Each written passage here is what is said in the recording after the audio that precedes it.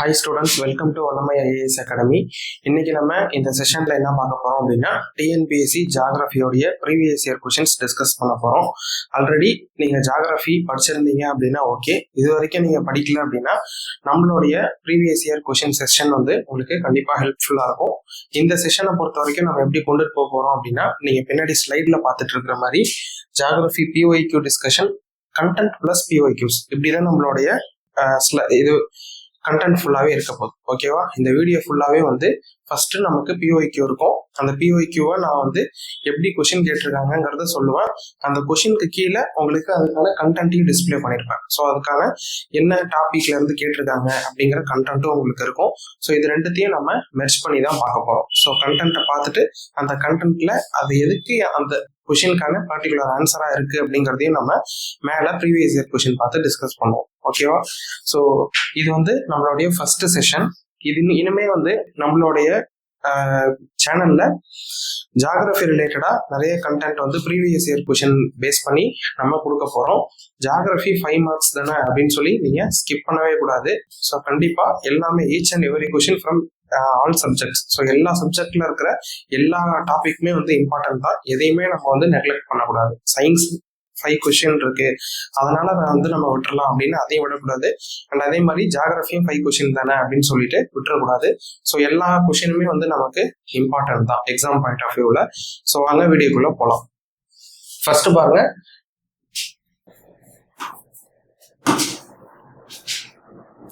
Question என்ன கேட்டிருக்காங்க அப்படிங்கிறத ஃபர்ஸ்ட் பார்த்துடலாம். ஸோ நீங்க வீடியோ பார்க்கும்போது என்ன பண்ணணும் அப்படின்னா கண்டிப்பா ஒரு பென்னும் நோட்டும் இல்லைன்னா ஒரு பென் அண்ட் பேப்பர் கையில வச்சுக்கோங்க. இம்பார்ட்டண்டா சொல்ற எல்லாத்தையுமே வந்து நீங்க அதில் நோட் பண்ணி வச்சுட்டு திரும்ப திரும்ப ஒரு ரிப்பீட் ரிவிஷன் மாதிரி அந்த பேப்பர்ஸ் எல்லாத்தையுமே ஸ்டாண்டர்ட் பண்ணி வச்சுட்டு படிச்சீங்க அப்படின்னா கண்டிப்பா யூஸ்ஃபுல்லா இருக்கும். ஓகேவா? ஸோ வீடியோக்குள்ளார போயிடலாம். ஃபர்ஸ்ட் பாருங்க question. Ozone layer concentrates mainly about 10 to 15 km from the Earth's surface. This layer is known as. So என்ன கேக்குறாங்க தமிழ்ல பாருங்க. ஓசோன் அடுக்கு முக்கியமாக பூமியின் மேற்பரப்பிலிருந்து 10 முதல் 15 கிலோமீட்டருக்கு மேல் குவிந்துள்ளது. அதன் பெயர் என்ன அப்படின்னு கேட்டிருக்காங்க. ஸோ இது எதுல இருந்து கேட்டிருக்காங்க, எந்த டாபிக்ல இருந்து கேட்டிருக்காங்கிறது ஃபர்ஸ்ட் நமக்கு தெரியணும். அதுக்கப்புறம் அந்த பர்டிகுலர் டாபிக்ல இந்த கொஸ்டின் எப்படி கேட்டிருக்காங்க, எதுல இருந்து கேட்டிருக்காங்கிறதையும் நம்ம அனலைஸ் பண்ணிட்டு திரும்ப கொஸ்டினுக்கு வரலாம். ஸோ கண்டென்ட்டை பாருங்க, இங்கே கொடுத்துருக்கேன் பாருங்க. The ozone layer is mainly present in the stratosphere. So stratosphere அப்படிங்கிற ஒரு லேயர்ல தான் என்ன பிரசன்ட் ஆயிருக்கு, ஓசோன் பிரசன்ட் ஆயிருக்கு. It absorbs harmful ultraviolet rays from the sun and protects life on the earth. அவ்வளவுதான் கண்டென்ட். ஸோ தமிழ்ல பாருங்க, ஓசோன் அடுக்கு ஸ்ட்ராட்டோஸ்பியர் பகுதியில் காணப்படுகிறது. அப்போ ஸ்ட்ராட்டோஸ்பியர் அப்படிங்கிற அடுக்குல தான் வந்து ஓசோன் வந்து காணப்படுது. இது சூரியனிலிருந்து வரும் தீங்கு விளைவிக்கும் புற ஊதா கதிர்களை தடுத்து பூமியில் உள்ள உயிரினங்களை பாதுகாக்கிறது. அப்போ இதுல இருந்து நமக்கு என்ன தெரியுது, இது எதுல இருந்து கேட்டிருக்காங்க அப்படின்னா லேயர்ஸ் ஆஃப் தி அட்மாஸ்பியர் அப்படின்னு சொல்லுவோம்.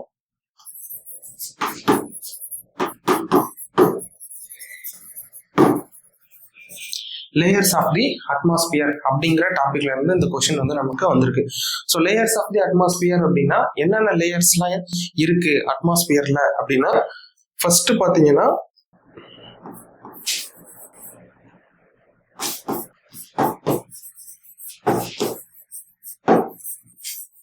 ட்ரோபோஸ்பியர். ஸோ எர்த்ல இருந்து ஃபர்ஸ்ட் இருக்கக்கூடிய லேயர் வந்து ட்ரோபோஸ்பியர். அதுக்கு அடுத்தது என்ன அப்படின்னு பாத்தீங்கன்னா ஸ்ட்ராட்டோஸ்பியர். ஸோ ஸ்ட்ராட்டோஸ்பியர் இருக்கும். தென் இதுல தான் வந்து நமக்கு என்ன இருக்கு அப்படின்னா ஓசோன். ஸோ ஓசோன் வந்து இதுல தான் காணப்படுது. நெக்ஸ்ட் பாத்தீங்க அப்படின்னா ஸ்ட்ராட்டோஸ்பியருக்கு அடுத்ததா இருக்கக்கூடியது என்ன சொல்லுவோம் அப்படின்னா மீசோஸ்பியர். ஸோ இது வந்து middle layer of the atmosphere அப்படின்னு சொல்லுவோம் மீசோஸ்பியரை. இதுவும் எங்க காணப்படுது அப்படின்னா ஸ்ட்ராட்டோஸ்பியருக்கு மேல மீசோஸ்பியர் இருக்கும். அண்ட் ஃபோர்த் என்ன அப்படின்னு பாத்தீங்கன்னா மீசோஸ்பியருக்கு அடுத்தது தெர்மோஸ்பியர். ஸோ தெர்மோஸ்பியர் இருக்கும். அண்ட் தெர்மோஸ்பியருக்கு மேல இருக்கக்கூடிய ஒரு லேயர் என்ன அப்படின்னா எக்ஸோஸ்பியர். ஸோ இதுதான் என்ன அப்படின்னா லேயர்ஸ் ஆஃப் தி அட்மாஸ்பியர் அப்படின்னு சொல்றோம். ஸோ இதுல நமக்கு கேட்டிருக்கக்கூடிய கொஸ்டின் என்ன அப்படின்னா ஓசோன் லேயர் எங்க இருக்கு, எங்க பிரசன்ட் ஆயிருக்கு அப்படின்ற மாதிரி கேட்டிருக்காங்க. It is mainly present in the stratosphere. ஓகேவா? ஸோ இதுதான் வந்து நமக்கு ஆன்சர். இந்த ஓசோன் வந்து என்ன பண்ணுது? ஸோ ஓசோனுடைய ரோல் என்ன அப்படின்னு பாத்தீங்கன்னா, அது அல்ட்ரா வயலட் ரேஸ் அப்படிங்கிறது ரொம்ப ஒரு ஹார்ம்ஃபுல்லான ரேஸ் அது. ஓகேவா? அல்ட்ரா வயலட் ரேஸ் அப்படிங்கிறது ஹார்ம்ஃபுல்லான ரேஸ் அது. ஸோ அது வந்து மேல இருந்து வரும்பொழுது இந்த ஸ்ட்ராட்டோஸ்பியர்ல இருக்கிற ஓசோன் அப்படிங்கிற லேயர் அந்த அல்ட்ரா வயலட் ரேஸை எர்த்துக்கு வரவிடாம ப்ரொடெக்ட் பண்ணுது.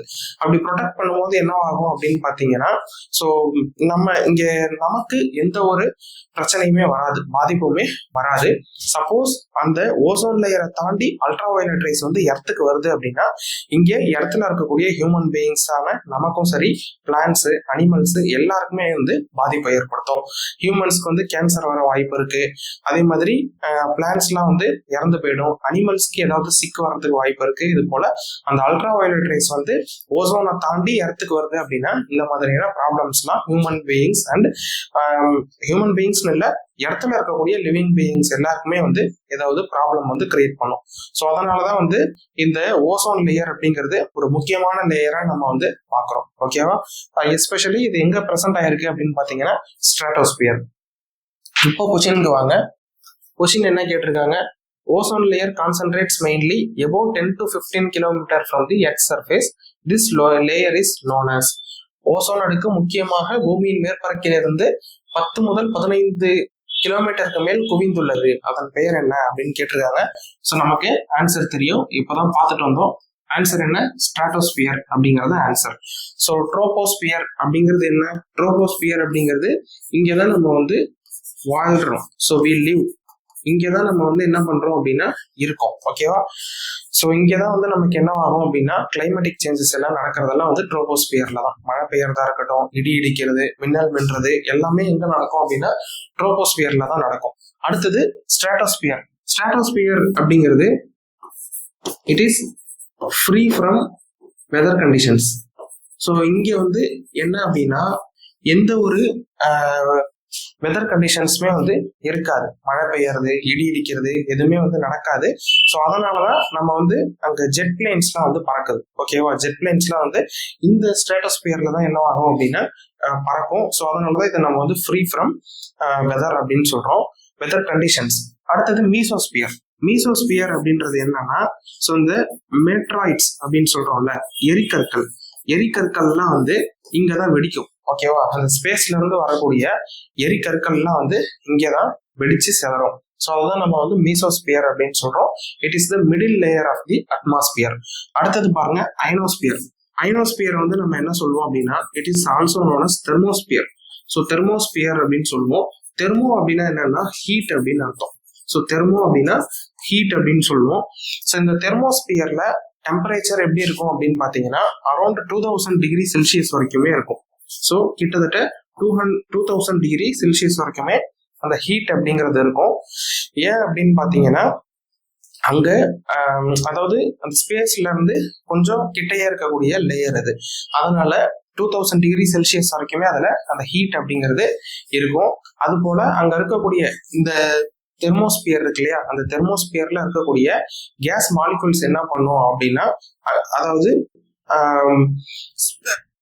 இதுல இருந்து ஸ்பேஸ்ல இருந்து வரக்கூடிய ultra violet race and X-rays இது ரெண்டுத்தையுமே வந்து அப்சர்வ் பண்ணிக்கும். அப்படி அப்சர்வ் பண்ணும்போது என்ன ஆகும் அப்படின்னா அந்த இடத்துல லைட் எனர்ஜி, சன்ல இருந்து வரக்கூடிய லைட் எனர்ஜி ஹீட் எனர்ஜியா கன்வெர்ட் ஆகும். அப்படி கன்வெர்ட் ஆனதுக்கு அப்புறம் அது தனித்தனியா பாசிட்டிவ் அயன்ஸ் தனியா, நெகட்டிவ் அயன்ஸ் தனியா பிரிச்சு எடுக்கும். ஸோ அதனாலதான் நம்ம என்ன சொல்றோம் அப்படின்னா அந்த அயனைசேஷன் அங்க நடக்கிறதுனாலதான் இதை வந்து நம்ம அயனோஸ்பியர் அப்படின்னு சொல்றோம். ஓகேவா? ஸோ இதுதான் வந்து லேயர்ஸ் ஆஃப் தி அட்மாஸ்பியர். இதை பத்தி உங்களுக்கு ஒரு ஆப்ஷன்ல இருக்கக்கூடிய லேயர்ஸை பத்தியும் எக்ஸ்பிளைன் பண்ணியிருக்கேன். ஸோ இந்த கொஸ்டினுக்கான ஆன்சர் அப்படின்னு பார்த்தோம்னா ஸ்ட்ராட்டோஸ்பியர் அப்படிங்கிறது தான். ஓசோன் எங்க பிரசன்ட் ஆயிருக்கு அப்படின்னா ஸ்ட்ராட்டோஸ்பியர். இதை மட்டும் நீங்க ஞாபகம் வச்சுக்கிட்டா போதும். அதே மாதிரி இங்க இருக்கிறதையும் நீங்க பாத்துக்கணும்.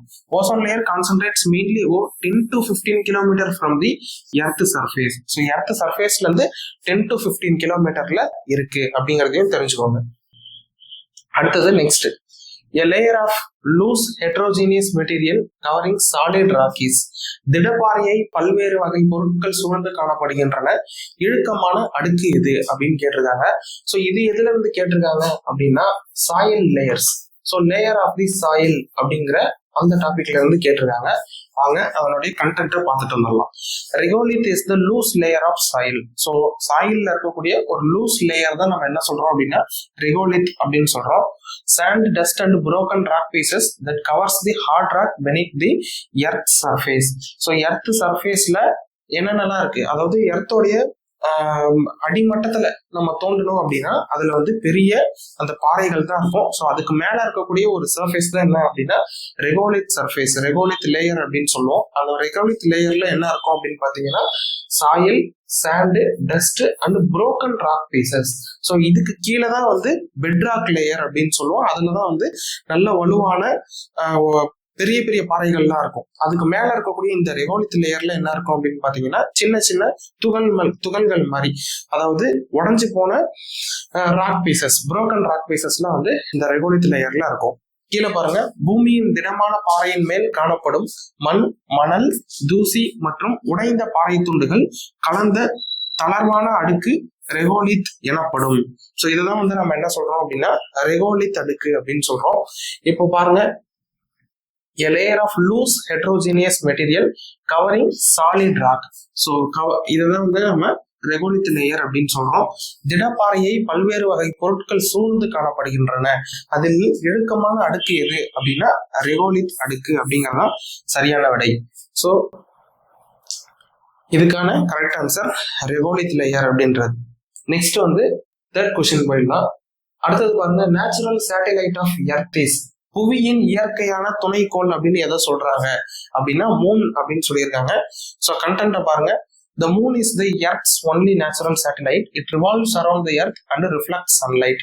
ஸோ மூனை வந்து என்ன சொல்றாங்க, எர்த்தோடைய ஒரு நேச்சுரல் சேட்டலைட் அப்படின்னே சொல்றாங்க. ஏன் அப்படின்னா நிலா என்பது பூமியின் இயற்கையான துணைக்கோள் ஆகும். இது பூமியை சுற்றி வருகிறது. அப்போ என்ன பண்ணுது, இது வந்து பூமியை சுத்தி வருது அப்படிங்கறதுனால இது என்ன சொல்றாங்க, எர்த்ஸ் நேச்சுரல் சேட்டலைட் அப்படின்னு சொல்றாங்க. இங்க பாருங்க, ஆண்ட்ரோமெடா அப்படின்னு ஒரு ஆப்ஷன் கொடுத்திருக்காங்க நம்மளுடைய ஆன்சர்ல. இது வந்து விண்வெளி திரள் கேலக்சி அப்படின்னு சொல்லுவோம். ஆண்ட்ரோமெடா அப்படிங்கிறது it's nearest Galaxy to us. So நம்மளுடைய நியரஸ்ட் கேலக்சி எது அப்படின்னு பாத்தீங்கன்னா ஆண்ட்ரோமெடா கேலக்சி. அண்ட் ஸ்புட்னிக் அப்படிங்கிறது மனிதனால் உருவாக்கப்பட்ட ஒரு செயற்கைக்கோள். ஸோ இது வந்து ஒரு சேட்டலைட். இது யார் உருவாக்குனது, ஸோ மனிதர்கள் உருவாக்குன ஒரு சேட்டலைட். அதை வந்து ஸ்புட்னிக் அப்படிங்கிறது. Next Milky Way. மில்கிவே அப்படிங்கிறது என்ன அப்படின்னா நம்மளுடைய கேலக்சி, நம்மளுடைய விண்வெளி மண்டலத்தை தான் நம்ம என்ன சொல்றோம் அப்படின்னா மில்கிவே கேலக்சின்னு சொல்றோம்.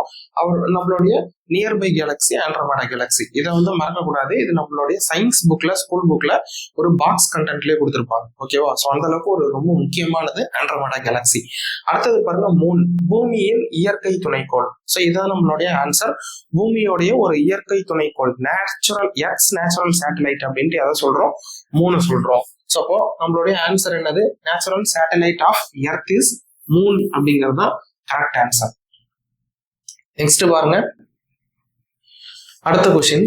இந்த southern hemisphere and the milky way appears much. தெற்கு அரைகோளத்தில் மில்கி வே எவ்வாறு தென்படும்? அதாவது நம்ம என்ன சொல்றோம், நார்த்தன் ஹெமிஸ்பியர், சதர்ன் ஹெமிஸ்பியர் அப்படின்னு இந்த ரெண்டு ஹெமிஸ்பியர்ல என்ன சொல்றாங்க, தெற்கு அரைகோளத்தில் மில்கி வே எவ்வாறு தென்படும். இந்த சதர்ன் ஹெமிஸ்பியர் இருக்குல்ல, தெற்கு அரைகோளம், இந்த தெற்கு அரைகோளத்துல மில்கி வே கேலக்சி எப்படி தெரியும் அப்படின்னு கேக்குறாங்க. பிரைட்டரா தெரியுமா, டார்க்கரா தெரியுமா, லார்ஜரா தெரியுமா, ஸ்மாலரா தெரியுமா அப்படிங்கறது தான் நம்மளுடைய கொஸ்டின். நீங்க ஆன்சரை பார்க்காதீங்க, ஆப்ஷனை பாருங்க. என் கூடயே நான் சொல்லும் போது என்ன அப்படிங்கறத கண்டென்ட்டை பார்த்துட்டு அதுக்கப்புறம் நம்ம ஆன்சரை பார்ப்போம். ஓகேவா? ஸோ சதர்ன் ஹெமிஸ்பியர்ல மில்கி வே கேலக்சி வந்து எப்படி தெரியும் அப்படின்றத கேட்டிருக்காங்க. கண்டென்ட் பாருங்க. The Milky Way appears brighter in the southern hemisphere because people there can see the central denser part of our galaxy more clearly. அப்போ கேலக்சியோடைய அந்த சென்ட்ரல் பார்ட், டென்சர் பார்ட் அப்படின்னு சொல்லக்கூடிய அந்த சென்ட்ராய்டை வந்து நம்மளால ஈஸியா பார்க்க முடியும் அப்படின்னு சொல்றாங்க. எந்த ஹெமிஸ்பியர்ல, சதர்ன் ஹெமிஸ்பியர். ஸோ சதர்ன் ஹெமிஸ்பியர்ல நம்மளால அதனுடைய சென்ட்ரல் பார்ட்டை வந்து ஈஸியா கிளியரா பார்க்க முடியும். அப்போ தெற்கு அரைகோளத்தில் மில்கி வே மிகவும் பிரகாசமாக தெரியும். காரணம், நமது விண்மீன் மண்டலத்தின் மைய பகுதியை அங்கிருந்து தெளிவாக காண முடியும். அதுதான் அந்த மில்கி வே கேலக்சியில இருக்கக்கூடிய அந்த கேலக்சியோடைய சென்ட்ராய்டு. அதுதான் சொல்றாங்க மில்கி வே. இங்க இருக்கு பாருங்க, விண்மீன் மண்டலத்தின் மைய பகுதியை அங்கிருந்து தெளிவாக காண முடியும். ஸோ அங்கிருந்து நம்மளால என்ன பண்ண முடியும், சதர்ன் ஹெமிஸ்பியர்ல இருந்து பார்த்தா தெளிவா வந்து பார்க்க முடியும் அப்படிங்கிற மாதிரி சொல்றாங்க. ஸோ டார்க்கர் அப்படின்னா இருண்டதாக, பிரைட்டர் அப்படின்னா பிரகாசமானது. ஸோ அப்போ இதுதான் வந்து ஆன்சர். சதர்ன் ஹெமிஸ்பியர்ல வந்து பிரைட்டரா தெரியும். ஸோ இதுக்கு வந்து ஒரு எக்ஸாம்பிள் சொல்லணும் அப்படின்னா, ஒரு ரியல் டைம் எக்ஸாம்பிள் பாத்தீங்கன்னா, இப்போ நம்ம ஒரு சிட்டியோட சென்டர்ல இருந்து பாக்குறோம் அப்படின்னா அங்க இருக்கக்கூடிய லைட்ஸ் எல்லாம் எப்படி தெரியும், நமக்கு எல்லாமே வந்து கரெக்டா ஃபோக்கஸ்டா தெரியுது இல்லையா. ஸோ இதே அங்க இருந்து கொஞ்சம் தூரம் விலகி போயிட்டு ஒரு வெளியில இருக்கிற இடத்துல இருந்து பார்த்தோம் அப்படின்னா நமக்கு எப்படி தெரியும், எதுவுமே வந்து அவ்வளோ விசிபிளா தெரியாது. ஸோ அதுதான் சொல்றாங்க. அப்போ சதர்ன் ஹெமிஸ்பியர்ல இருந்து பார்க்கும்போது அந்த சென்ட்ராய்டை நம்மளால கிளியரா பார்க்க முடியும். நார்த்தன் ஹெமிஸ்பியர்ல இருந்து பார்க்கும்போது அது வந்து விசிபிளா இருக்காது அப்படிங்கிற மாதிரி சொல்றாங்க. ஸோ அப்போ சதர்ன் ஹெமிஸ்பியர்ல மில்கி வே வந்து பிரைட்டரா தெரியுது. நெக்ஸ்ட் பாருங்க, the circulation of upper air jet streams in the மேலடுக்கு காற்று சுழற்சியின் ஜெட் ஓட்டம் காணப்படக்கூடிய அடுக்கு. ஸோ அதாவது நம்ம முன்னாடியே சொன்னோம், ட்ரோபோஸ்பியர்ல தான் வந்து அந்த வெதர் கண்டிஷன்ஸ், மழை, அதாவது கிளைமேட் சேஞ்சஸ், மழை பெய்யறது, இடி இடிக்கிறது எல்லாமே வந்து எங்க நடக்கும்னு சொல்லியிருந்தோம். So troposphere. அப்போ circulation of upper air jet streams எங்க அப்படின்னு பாத்தீங்கன்னா ட்ரோபோஸ்பியர்ல தான் என்ன ஆகும், அந்த சர்க்குலேஷன் எல்லாமே நடக்கும். மேலடுக்கு காற்று சுழற்சி ஜெட் ஓட்டம் காணப்படக்கூடிய அடுக்கு ட்ரோபோஸ்பியர். ஓகேவா, அதை பார்த்துட்டு வந்துடும். Jet streams are very fast moving air currents found in the upper atmosphere. So அந்த ஜெட் ஓட்டங்கள் அப்படின்றத என்ன சொல்றாங்க அப்படின்னா, அது வந்து வேகமாக நகரக்கூடிய, வேகமாக வீசக்கூடிய காற்றுகள் அப்படின்னு சொல்றாங்க. ஸோ அப்போ மெயின்லி நியர் தி ஸ்ட்ராட்டோஸ்பியர், எங்க அது வந்து ஸ்ட்ராட்டோஸ்பியருக்கு அதாவது அதனுடைய அருகில் அதாவது பக்கத்துல வந்து மெயினா இருக்கிற மாதிரி, அதாவது மெயின்லி நியர் தி ஸ்ட்ராட்டோஸ்பியர். ஓகேவா, ஸ்ட்ராட்டோஸ்பியரோடைய நியர்ல வந்து அது நடக்கும் அப்படின்னு சொல்றாங்க. They influence weather and help aircraft travel faster. They influence weather and help aircraft travel faster. இவை வானிலை மாற்றங்களையும் விமான பயணத்தையும் பாதிக்கின்றன. ஸோ இதுதான் இந்த கிளைமேட், இந்த காற்று இருக்கு இல்லையா, ஜெட் ஸ்ட்ரீம்ஸ், இதுதான் என்ன பண்ணுது அப்படின்னா அந்த மேல பறக்கக்கூடிய பிளேன்ஸ் எல்லாம் இருக்கு இல்லையா, ஸோ அது வந்து பறக்கும் போது பாதிப்பெல்லாம் ஏற்படுத்தக்கூடியது எது அப்படின்னா இந்த காற்றுகளை தான் சொல்றாங்க, ஜெட் ஸ்ட்ரீம்ஸ் அப்படிங்கறத சொல்றாங்க. இதாலதான் வந்து அந்த பிளேன்ஸ் எல்லாம் வந்து ஸ்ட்ராட்டோஸ்பியர் நியர்லயே இருக்கிறதுனால அங்க வந்து இதெல்லாம் அங்கதானே ஸ்ட்ராட்டோஸ்பியர்ல தானே பிளேன்லாம் நம்ம வந்து பறக்குது, அதனால அங்கேயும் வந்து இதனுடைய தாக்கம் ஏற்படும் அப்படின்ற மாதிரி சொல்றாங்க. ஓகேவா, ஸோ அப்போ பாருங்க, the circulation of upper air jet streams in troposphere, stratosphere கிடையாது. இந்த நிறைய பேர் என்ன மிஸ்டேக் பண்ணுவோம் அப்படின்னா ஜெட் ஸ்ட்ரீம்ஸ், ஜெட் பிளேன்ஸ் அப்படிங்கிற மாதிரி ஞாபகம் வச்சுட்டு ஸ்ட்ராட்டோஸ்பியரை டிக் பண்ணிடுவோம். ஆனா கரெக்டான ஆன்சர் எது அப்படின்னா ட்ரோபோஸ்பியர் அப்படிங்கறதா சரியான ஆன்சர். இங்கதான் நம்ம வந்து என்ன பண்றோம் இருக்கோம். ஸோ அதே மாதிரி வெதர் கண்டிஷன்ஸ் எல்லாமே நடக்கிறது எங்க அப்படின்னா ட்ரோபோஸ்பியர். ஸ்ட்ராட்டோஸ்பியர்ல பாத்தீங்க அப்படின்னா it is free from weather conditions. So அதனாலதான் வந்து நம்ம இங்க என்ன பண்றோம், ஜெட் பிளேன்ஸ் எல்லாமே வந்து பறக்க விடுறோம். ஓகேவா, பிளேன்ஸ் எல்லாமே வந்து எங்க பறக்குது அப்படின்னா ஸ்ட்ராட்டோஸ்பியர் அப்படிங்கிற லேயர்ல. அடுத்தது பாருங்க, next question, match the following. So இது என்ன அப்படின்னு பாத்தீங்கன்னா எர்த்தோடைய லேயர்ஸ். ஓகேங்களா, ஸோ அதுல இருந்து கேட்ட question hydrosphere, lithosphere, biosphere, ionosphere. So இதுதான் வந்து எர்த்தோடைய லேயர்ஸா சொல்றோம். இதுல வந்து ஹைட்ரோஸ்பியர், இங்க பாருங்க, ஹைட்ரோஸ்பியர் அப்படிங்கிறது நீர் மண்டலம். ஸோ இதுல என்னென்னலாம் இருக்கும் அப்படின்னா hydrosphere includes all water on earth. அப்போ எர்த்ல இருக்கக்கூடிய வாட்டர், தண்ணி, அதே போல oceans, reverse, lakhs, ground water and glaciers. So இது எல்லாமே வந்து பார்ட் ஆஃப் தி ஹைட்ரோஸ்பியர் அப்படின்னு சொல்றோம். ஹைட்ரோ அப்படின்னாலே என்னது, வாட்டர். அப்போ எர்த்ல இருக்கக்கூடிய நீர் எல்லாமே வந்து எதுல அடங்கும் அப்படின்னா, நீர்நிலைகள் எல்லாம் எதுல அடங்கும் அப்படின்னா ஹைட்ரோஸ்பியர்ல வரும். அடுத்தது லிதோஸ்பியர். லிதோஸ்பியர் அப்படிங்கிறது earth's harder outer layer consisting of the crust and the uppermost mantle. So தமிழ்ல பாருங்க, பூமியின் மேலோடு மற்றும் மேல் மேண்டில் பகுதி. ஸோ பூமியில இருக்கக்கூடிய அந்த மேல் ஓடு இருக்கு இல்லையா, அந்த சர்ஃபேஸ் தான் என்ன சொல்றாங்க அப்படின்னா லிதோஸ்பியர். நெக்ஸ்ட் பாருங்க, இதனுடைய example mountains, rocks, soil belong to the lithosphere. அப்போ மேல இருக்கக்கூடியது என்னென்ன, அந்த சாயில் எர்த்தோடைய மேல சாயில் இருக்கு, அதே போல ராக்ஸ் இருக்கு, மவுண்டைன்ஸ் இருக்கு. இதெல்லாம் எதுல வந்துடும் அப்படின்னா லிதோஸ்பியர் அப்படிங்கிற லேயர்ல வந்துடும். அடுத்தது பயோஸ்பியர். பயோஸ்பியர்ல தான் வேற all living organisms are found in the biosphere. அப்போ லிவிங் ஆர்கானிசம்ஸ்னு சொல்லும் போது என்னென்ன வந்துடும், plants, animals and humans. So நம்மளும் வந்து பயோஸ்பியர். அப்போ example a forest ecosystem is part of the biosphere. அப்போ உயிரினங்கள் வாழும் பகுதியான அதையும் வந்து நம்ம என்ன சொல்றோம், பயோஸ்பியர்ல இன்க்ளூட் பண்றோம். நெக்ஸ்ட் பாருங்க ionosphere. Ionosphere is a layer of the atmosphere above 15 km containing charged particles. Example, radio signals can travel long distances using the ionosphere. So அயனோஸ்பியர்ல என்ன இருக்கும் அப்படின்னு பாத்தீங்கன்னா இந்த ரேடியோ சிக்னல்ஸ், ரேடியோ வேவ்ஸ் அப்படிங்கிறது ப்ரெசென்ட் ஆயிருக்கும். இது என்ன பண்ணும் அப்படின்னா ஸ்பேஸ்க்கு போச்சு, அதாவது மேல போகுது அப்படின்னா திரும்ப அங்க மேல ஸ்பேஸ்ல இருந்து எமிட் ஆகி கீழே வரும். அப்படி இருக்கும்போது நம்ம என்ன பண்ணுவோம் அப்படின்னா அதுல இருந்து வரக்கூடிய அந்த அயான்ஸ் எல்லாம் சார்ஜ் பண்ணி ஆண்டனாவெல்லாம் யூஸ் பண்ணிக்கிறோம் இல்லையா. ஸோ அதெல்லாம் வந்து நம்ம இந்த ரேடியோ வேவ்ஸ் மூலயமா தான் ரேடியோ அதுல இருந்து தான் நம்ம என்ன பண்றோம், அந்த பார்ட்டிகல்ஸ் எல்லாமே நம்ம வந்து சார்ஜ் பண்ணிக்கிறோம். ஆண்டனா வந்து எடுக்கிறதா இருக்கட்டும், இல்ல அது மூலியமா நமக்கு என்னென்னலாம் வேணுமோ நம்ம எடுத்து யூஸ் பண்ணிக்கிறோம் இல்லையா. ஸோ அதெல்லாம் வந்து அயனோஸ்பியர்ல தான் என்ன ஆகும் அப்படின்னா இந்த ரேடியோ சிக்னல்ஸ்லாம் வந்து டிராவல் பண்ணும் அப்படின்றத சொல்றாங்க. ஸோ இப்போ 50 கிலோமீட்டருக்கு மேல் அயனிகள் நிறைந்த வெளிமண்டலம் எது அப்படின்னா அயனோஸ்பியர். அயனோஸ்பியர் அப்படிங்கிறது இந்த அயனிகள் நிறைந்த வளிமண்டல பகுதி அப்படின்னு சொல்றாங்க. இப்போ கொஸ்டின் பாருங்க, ஹைட்ரோஸ்பியர். ஸோ ஹைட்ரோஸ்பியர் அப்படின்னா என்ன சொன்னோம், வாட்டர். ஸோ வாட்டர் அப்படின்னு இருப்பாங்க, earths water which exists in both fresh and saline top. புவியின் நீர் நன்னீர் மற்றும் உப்பு நீராக உள்ளது. ஸோ எதுல இருக்கும், ஹைட்ரோஸ்பியர். அப்போ ஆன்சர் என்ன அப்படின்னா ஃபர்ஸ்ட் ஒன்னுக்கு 3. நெக்ஸ்ட் பாருங்க லிதோஸ்பியர். லிதோஸ்பியர் அப்படிங்கிறது என்னது, earths crust and a lower portion of the mantle. பூமியின் மேலோடு மற்றும் கீழ்ப்பகுதி, அதான் வந்து நம்ம லித்தோஸ்பியர் அப்படின்னு சொல்றோம். இதுக்கான எக்ஸாம்பிள்ஸ் நம்ம என்னென்ன பார்த்தோம்னோம், ராக்ஸ், மவுண்டைன்ஸ், சாயில், இதெல்லாம் வந்து எக்ஸாம்பிளா பார்த்தோம்னோம். அப்போ இது வந்து 2.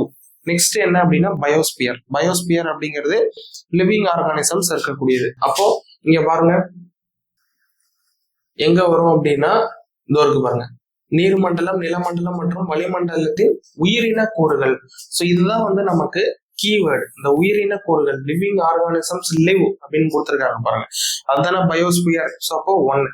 அடுத்தது அயனோஸ்பியர். ஸோ ஆபிவைஸா வந்து நமக்கு 3 ஆன்சர் கிடைச்சிருச்சு. அப்போ லாஸ்டா இருக்கிறது எது, first option, lies above 50 km which coincides with the thermosphere. So already நம்ம பார்த்திருந்தோம் thermosphere is also known as ionosphere. So thermo which means heat அப்படிங்கிறத பார்த்திருந்தோம். ஸோ அப்போ அயனோஸ்பியர் அப்படிங்கிறது lies above 50 km which coincides with the thermosphere. ஓகேங்களா. So தெர்மோஸ்பியர்ல coincide ஆகி இருக்கக்கூடிய ஒரு இதுதான் என்ன அப்படின்னு பாத்தீங்கன்னா அயனோஸ்பியர் அப்படிங்கிற ஒரு லேயர். ஸோ அப்போ என்ன ஆன்சர் அப்படின்னா 3, 2, 4, 1. Answer option A. Option A தான் வந்து correct. Okay, next question. The tropical cyclone winds blow into the northern hemisphere in which direction? So tropical cyclone winds, அந்த விண்ட் எல்லாமே வந்து நார்த்தன் ஹெமிஸ்பியர்ல எந்த டைரக்ஷன்ல காத்தடிக்கும் அப்படின்ற மாதிரி கேட்டிருக்காங்க. வடக்கு அரைகோளத்தில் ஏற்படும் வளிமண்டல மேலடுக்கு சுழற்சி எந்த திசையில் காற்று சுழலும்? கண்டென்ட் பாருங்க. The northern hemisphere tropical cyclone rotates in anti-clockwise direction.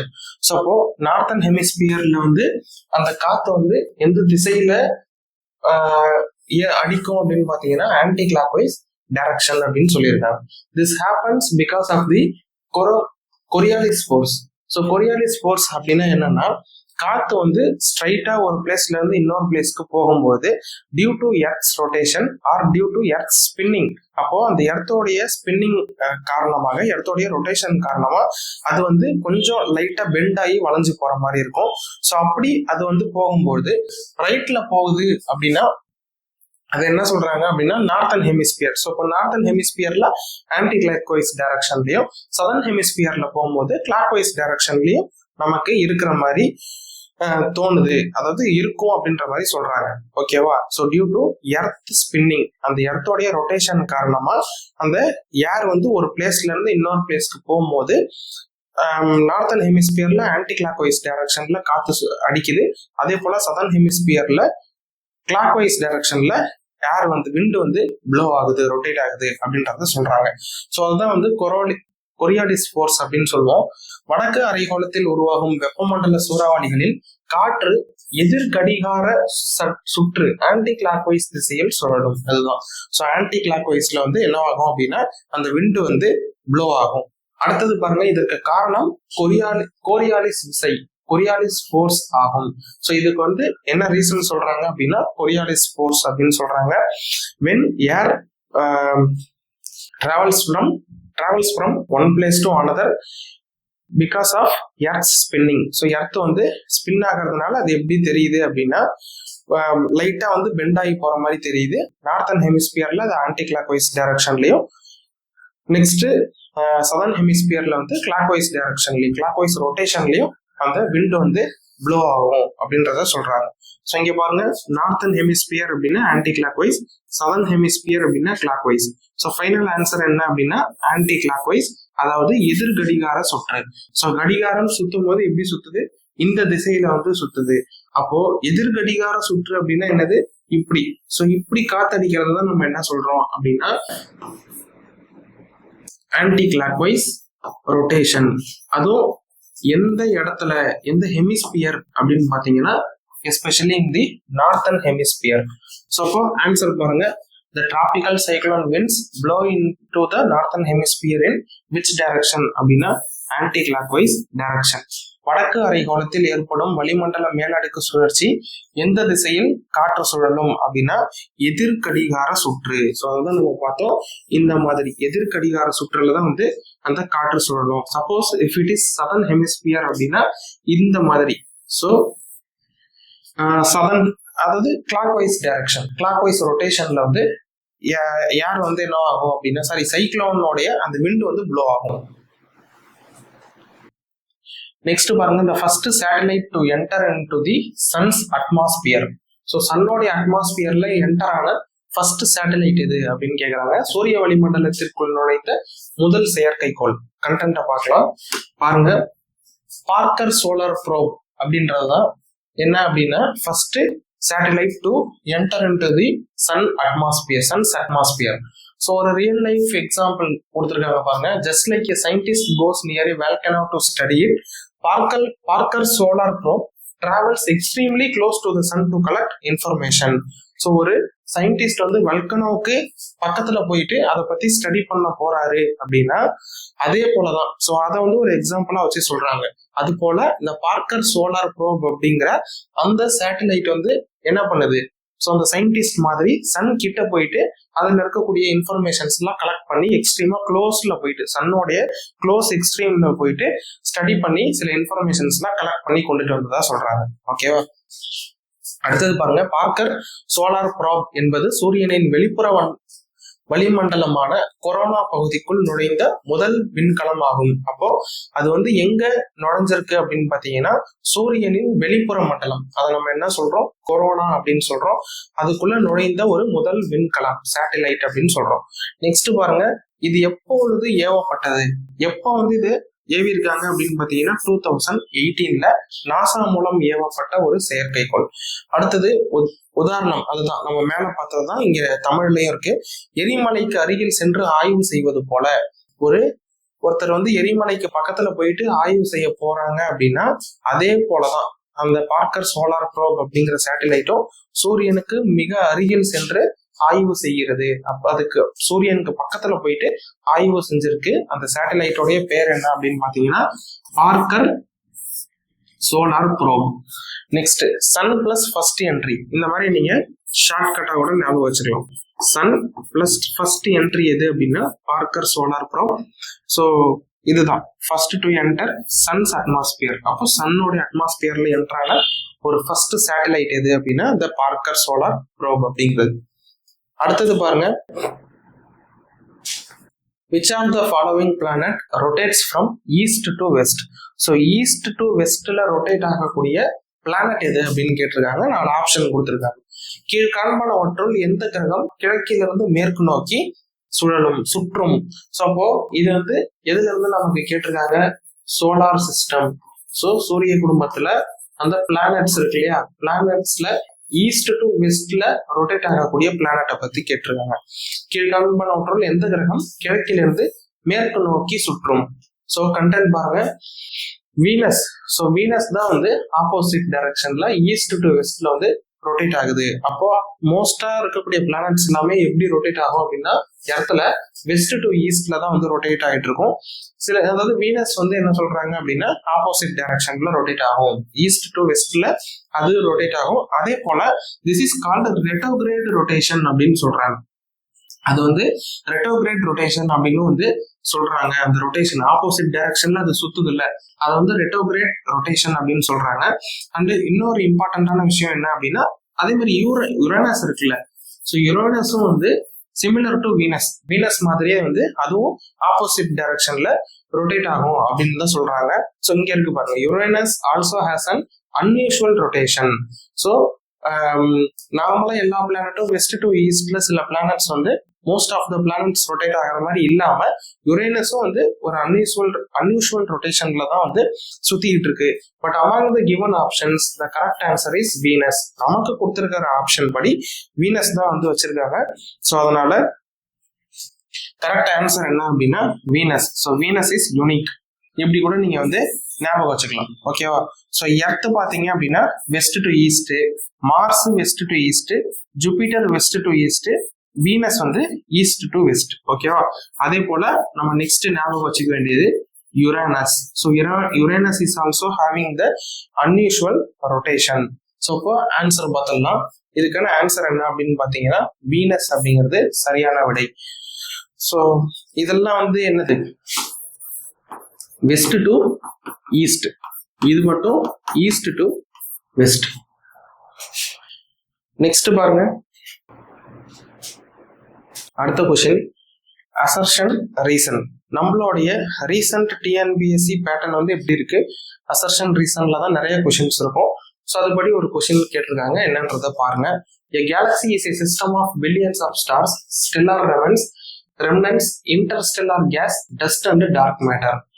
Reason: the Milky Way is the galaxy that contains our solar system. தமிழ்ல பாருங்க, கூற்று: ஓர் அண்டம் பில்லியன் கணக்கான நட்சத்திரங்கள், நட்சத்திர எச்சங்கள், நட்சத்திர வாயுக்கள், தூசு மற்றும் புலப்படாத பொருட்களை உள்ளடக்கி உள்ளது. காரணம், பால்வழி அண்டம் என்பது நம் சூரிய குடும்பம் அமைந்துள்ள ஒரு அண்டமாகும். ஸோ அப்போ இந்த ரீசன், அசர்ஷன், ரீசன் ரெண்டுமே வந்து கரெக்ட் தான். ஓகேவா? Sorry, true but not the correct explanation of A. So அவங்க கொடுத்துருக்கக்கூடிய கூற்று சரி, காரணமும் சரிதான். ஆனா காரணம் வந்து கூற்ற சரியா விளக்குதா அப்படின்னு கேட்டா கிடையாது. இது பாருங்க, a galaxy is a huge group of billions of stars, gas, dust and dark matter. அப்போ கேலக்சிக்குள்ள என்னென்னலாம் இருக்கு அப்படின்னு பாத்தீங்கன்னா பில்லியன்ஸ் ஆஃப் ஸ்டார்ஸ் இருக்கும், கேஸ், டஸ்ட் பார்ட்டிகல்ஸ் இருக்கும், அதே போல நிறைய டார்க், அதாவது இந்த டார்க் மேட்டர் அப்படிங்கறதெல்லாமும் இருக்கும். Next reason, the Milky Way is the galaxy in which our solar system is located. அதுல பர்டிகுலரா ஒரு கேலக்சி சொல்றாங்க, அந்த மில்கி வே கேலக்சி அப்படின்றத பத்தி இங்க சொல்றாங்க. ஸோ இந்த மில்கி வே கேலக்சி அப்படிங்கிறது எங்க லொக்கேட் ஆயிருக்கு அப்படின்னா நம்ம சோலார் சிஸ்டம்ல லொக்கேட் ஆயிருக்கு அப்படின்றத சொல்றாங்க. மில்கி வே கேலக்சி அப்படிங்கிறது நம்மளுடைய கேலக்சி. ஓகேவா? அப்போ இங்க கேலக்சி அப்படின்னா என்ன அப்படின்னு சொல்லி டிஃபைன் பண்றாங்க. இந்த இடத்துல ரீசன்ல என்ன சொல்றாங்க அப்படின்னா மில்கி வே கேலக்சி அப்படிங்கிற அந்த ஒரு ஸ்பெசிபிக் கேலக்சி எங்க லொக்கேட் ஆயிருக்கு அப்படிங்கறத பத்தி பேசுறாங்க. ஸோ அப்போ அசர்ஷனும் கரெக்ட், ரீசனும் கரெக்ட். ஆனா ரீசன் வந்து அசர்ஷனை கரெக்டா எக்ஸ்பிளைன் பண்ணல. சோ ஆன்சர் என்ன அப்படின்னு பாத்தீங்கன்னா both A and R are true. அவங்க சொன்ன ரெண்டு விஷயமுமே கரெக்ட் தான். and R is not the correct explanation of A. so reason வந்து அதாவது அசர்ஷனை கரெக்டா எக்ஸ்பிளைன் பண்ணல. ஓகேங்களா? சோ இதுதான் வந்து ஆன்சர். இது வரைக்கும் நம்ம வந்து இந்த வீடியோல ஒரு 10 கொஸ்டின்ஸ் வந்து ஜியோகிராஃபில கண்டென்ட் பிளஸ் PYQ சேர்த்து பார்த்துருக்கோம். இதே போல நம்ம இருக்கக்கூடிய எல்லா டாபிக்ஸுமே அடுத்தடுத்து ஜியோகிராஃபில என்னென்ன டாபிக்ஸ் இருக்கோ அது எல்லாமே வந்து நம்ம நெக்ஸ்ட் வீடியோஸ்ல பார்க்கலாம். So thank you friends, thank you for வாட்சிங். உங்க ஃப்ரெண்ட்ஸ் யாராவது படிச்சுட்டு இருக்காங்க எக்ஸாமுக்கு அப்படின்னா அவங்களுக்கும் நம்மளுடைய சேனலை சென்ட் பண்ணுங்க. ஸோ அடுத்த வீடியோவில் நெக்ஸ்ட் கண்டென்ட்டோட ப்ளஸ் பிஒய்க்யூ ஆட் பண்ணி நம்ம அடுத்த வீடியோவில் பார்க்கலாம். தேங்க்யூ.